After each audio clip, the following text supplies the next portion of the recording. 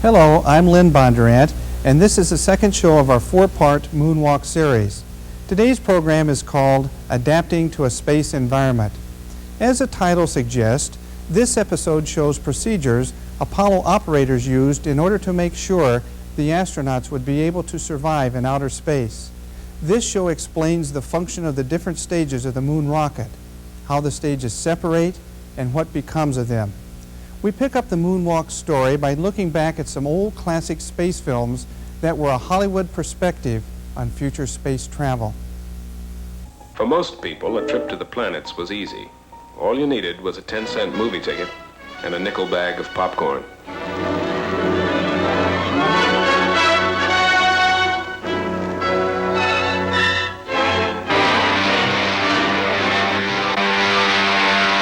Retard your speed to 1/2.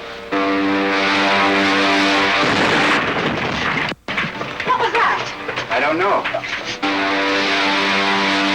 Two of Killer Kane's ships coming up fast behind us.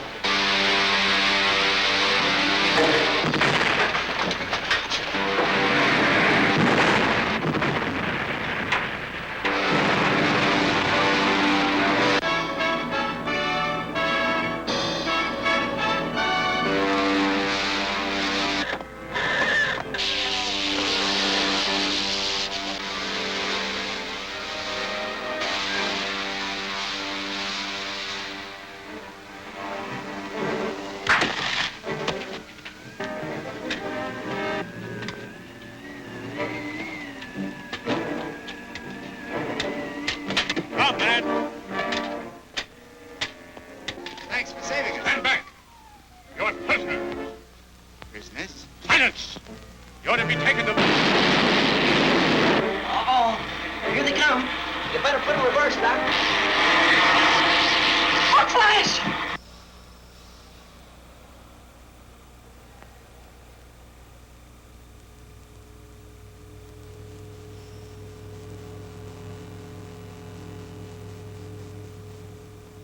What science fiction in the childhood of the space age could have guessed the shape of reality?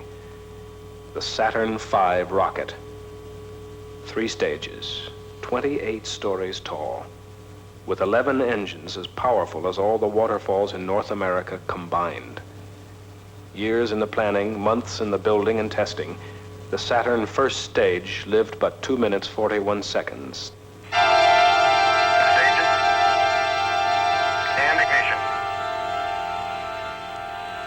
Houston, thrust is go. All engines, you're looking good. Hi, Roger. You're loud and clear.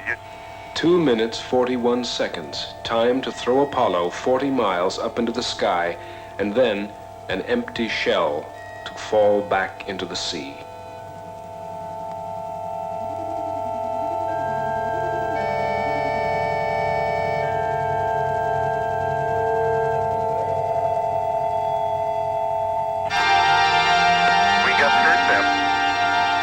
Roger, we confirm, skirt up.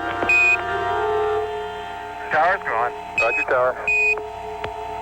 Neil Armstrong confirming both the engine skirt separation and the launch escape tower separation. Yeah, Houston, Apollo 11 and Saturn gave us a magnificent ride.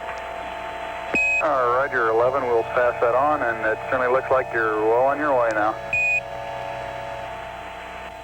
11, Houston, your guidance is converged. You're looking good.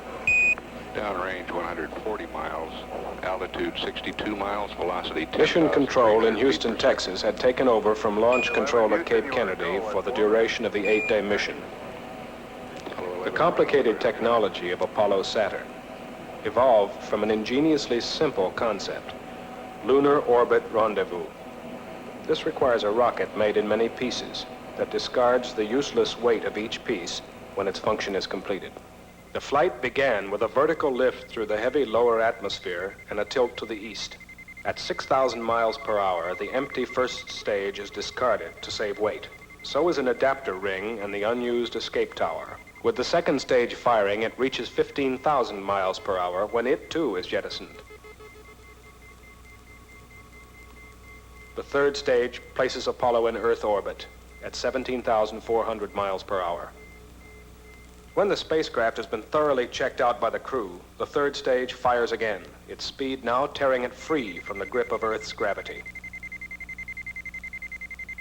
While coasting outward, the command service module separates and docks for access to the lunar module, and the empty third stage is left behind.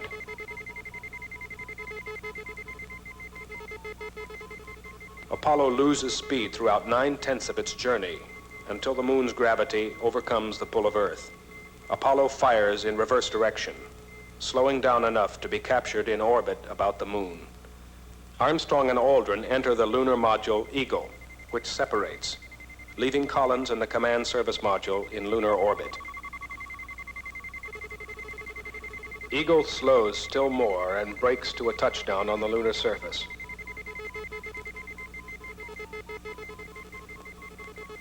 After the moonwalk, the upper stage of the Eagle lifts off, leaving behind the now useless landing stage, and swings into orbit to dock with Columbia once again. When the crew and moon samples are transferred to the command service module, the lunar module is discarded. The command service module fires itself out of lunar orbit and falls back to Earth.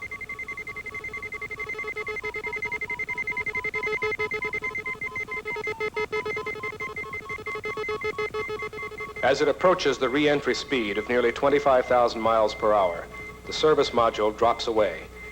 The command module plunges into the atmosphere, protected by its heat shield. Slowed still more by the heavy lower atmosphere, it parachutes into the sea. The command module, Columbia, is all that remains of the original 3,000 tons of rocket, fuel, and cargo. Apollo 11, this is Houston, over. While in Earth orbit, the Apollo crew had less than 2 hours to check out all their spacecraft systems. The last chance to discover and correct any malfunction before the third stage engine is restarted to break them free of Earth. The translunar injection. We're 10 minutes away from ignition on translunar injection. Apollo 11, this is Houston. You are go for TLI, over. Apollo 11, thank you. Roger that. Apollo 11, this is Houston. Slightly less than 1 minute to ignition, and everything is go. Roger. Ignition. We confirm ignition, and the thrust is go. Apollo 11, roger. Guidance looking good. Velocity 26,000 feet per second. Telemetry and radar tracking both 30,000 feet per second. Apollo 11, this is Houston. Around 3.5 minutes. You're still looking good. Your predicted cutoff is right on the nominal.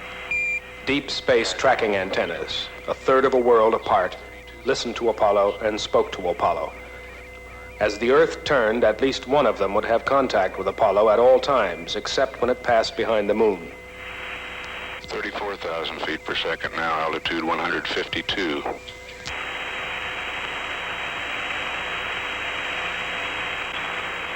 $35,000 feet per second.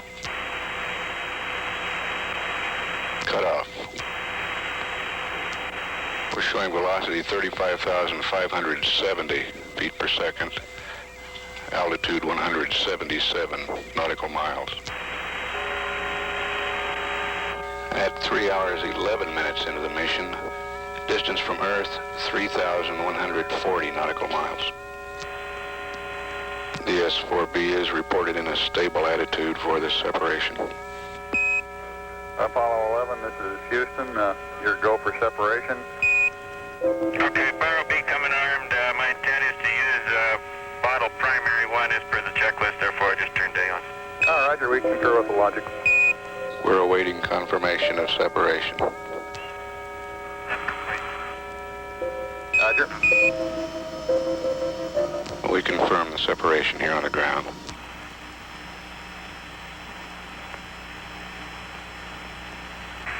Apollo 11, this is Houston. Radio check, over.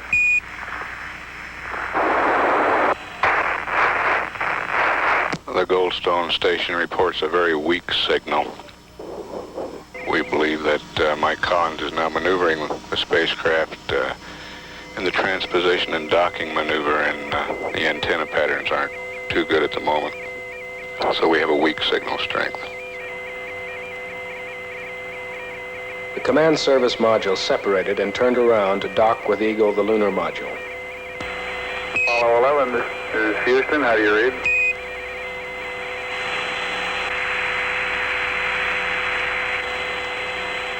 Apollo 11, this is Houston. Radio check, over.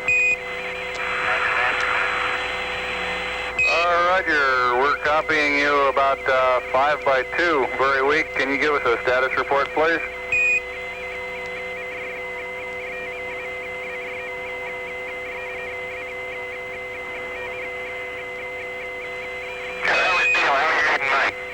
Loud and clear now, Mike, and we understand that you are docked.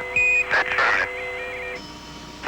Hello, Apollo 11, Houston. We recommend you accept the 949, continue through your sequence of sightings, and then we'll analyze the data afterwards, over. Okay. On board was a fourth brain, a small computer called Disky, which solved problems and helped with a long sequence of systems checks and data exchange with Earth. Houston, Apollo 11, star 40 has just disappeared now in the sextant. Could the trunnion angle 47 something be a little high? Stand by. Hello, Apollo 11, Houston, we'd like you to press on to star 44, over. Yeah, roger. How many more? They found their way across the sea of space, navigating by the same stars that guided Columbus to shores unknown. 11, Houston, we copy. 2 good marks, over. Okay. Okay, drug removal is coming next. 3 days falling to the moon, free of the gravity of Earth. No up or down, no day or night. A sense of stillness while traveling at the speed of a meteor. About how long it'll be before you start closing the limb back up, over.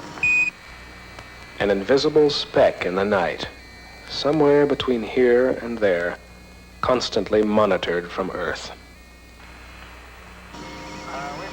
Within this tiny spacecraft, a temporary Earth environment, warmth, air, food, water, everything necessary to sustain life.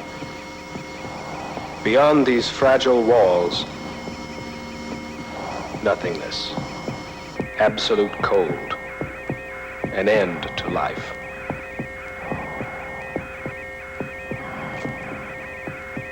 The most important function of the spacecraft, life, was also monitored constantly through telemetry, the heartbeat and breathing of each astronaut.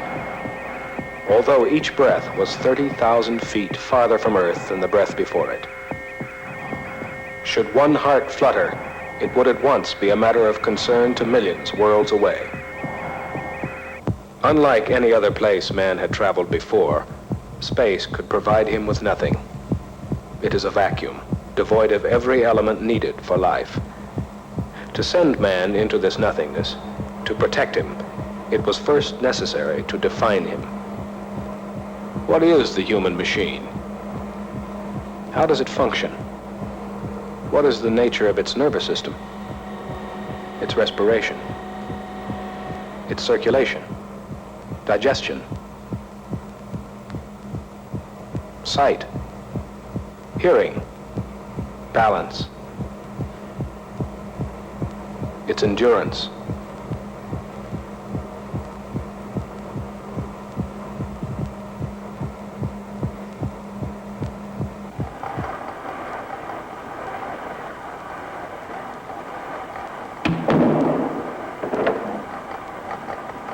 What gases to breathe should he take with him from Earth? What atmospheric pressure suits him best? Is it possible to give him a more efficient atmosphere for space travel than nature provides on Earth?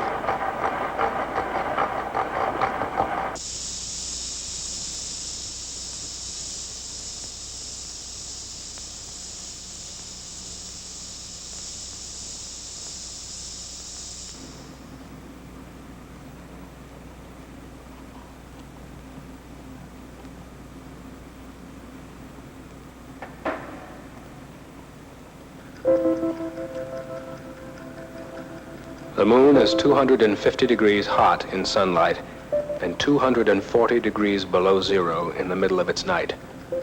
How long can a man bake or freeze? What protection will he need from this inhuman environment?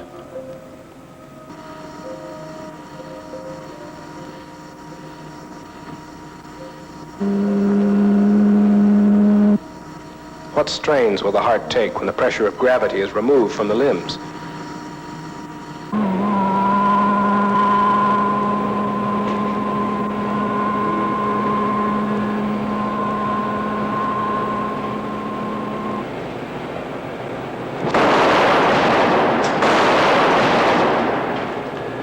What protection will the body need from sudden deceleration or acceleration?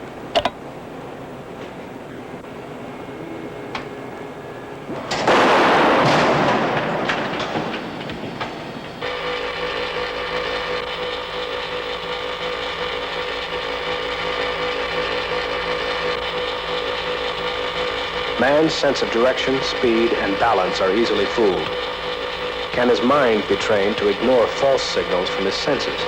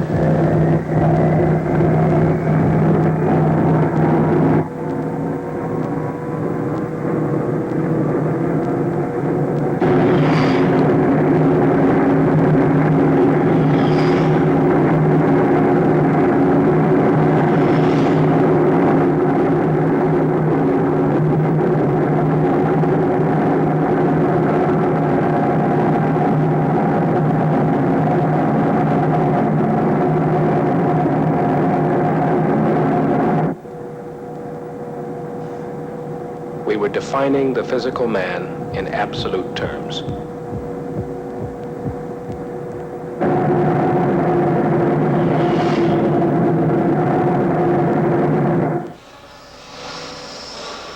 Once we knew man's limitations, we could build him an artificial environment for space travel. Columbia, the command module, was a supreme achievement of the technology of its age. It was a mini planet, complete with its own environmental control system, telecommunications, electrical power, guidance, navigation, stabilization, propulsion, reaction control. It provided hot and cold water and removed carbon dioxide from the air. 3 men could live here for more than a week, eat, work, sleep, shave, exercise, and listen to music. It was micrometeor-proof, burn-proof, and seaworthy, and it could tilt itself in any direction. In short, it was the most intricate and sophisticated machine ever made by man. As for man, however, we're stuck with the original model. All we can do is add an outer layer of things he does not naturally have. Space medicine showed us where man is vulnerable, and we learned to compensate for most of the weaknesses with technology and careful workmanship.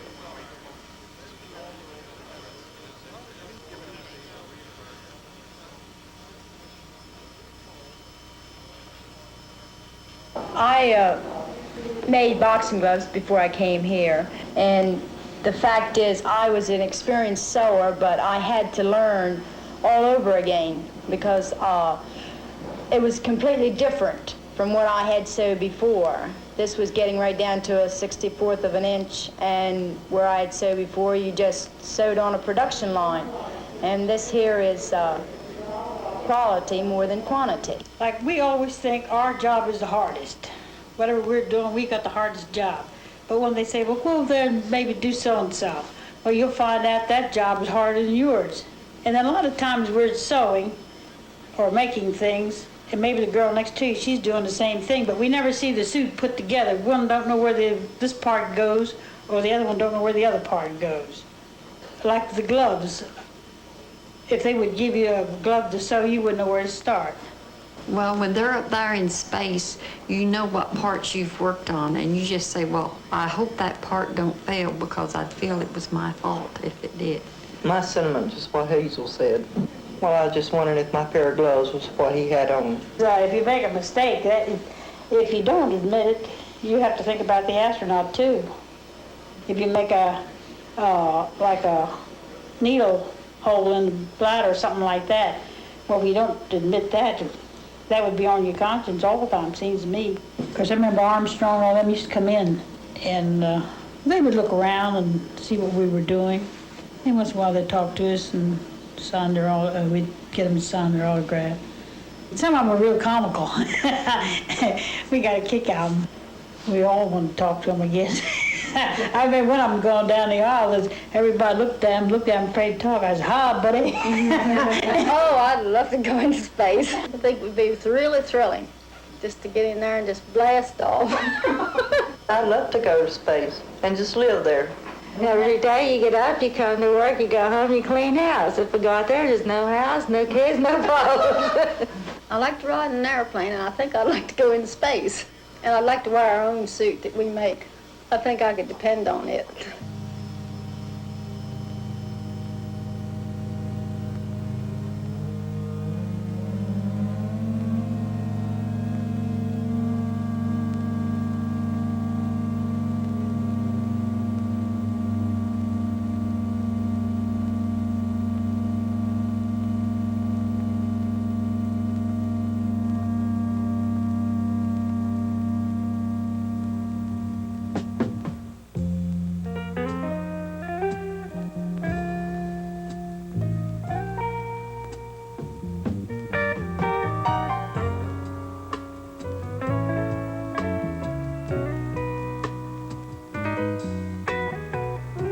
After body electrodes have been attached to monitor heartbeat and breathing, the first items of clothing are the water-cooled underwear and a urine collector. A spacesuit is basically a sealed bag of atmosphere, a stiffened balloon, pumped up to counteract the vacuum of space. It might be called a one-man spaceship of the smallest possible dimensions. The pressure suit has to guard against extreme temperatures, hard radiation from the sun, and tiny meteorites. Yet, it must have the flexibility to allow man to function as he would in his natural Earth environment.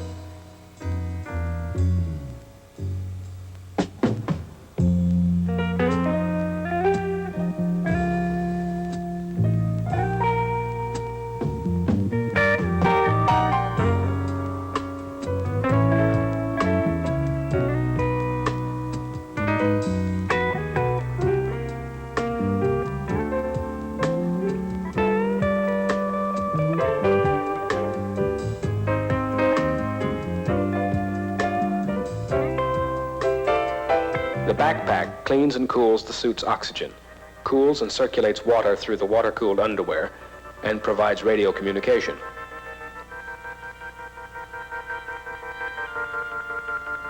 Over the pressure helmet is a clear visor, then a gold-coated visor to protect against micrometeors and solar radiation. The final test was, how would the suit work in the silent, weightless world of space?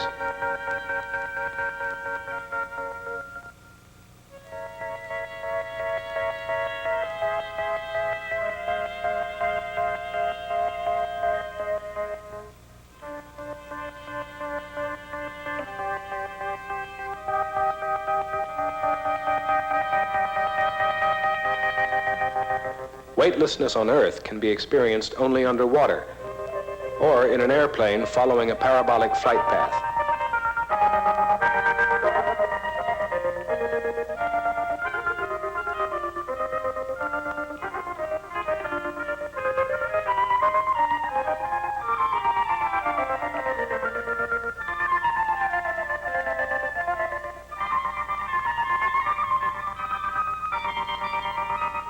The only true test was in space itself.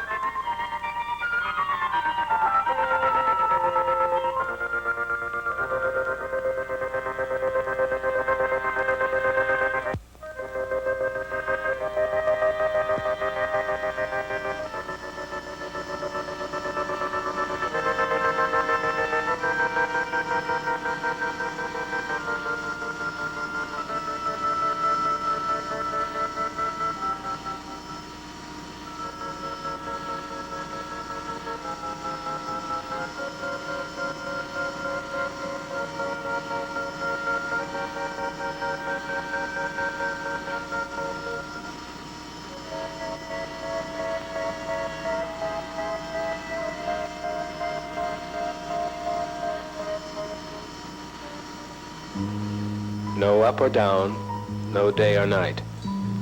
Only the slow creeping of the harsh sunlight through the windows as the spacecraft rotates to keep from getting too hot on one side, too cold on the other.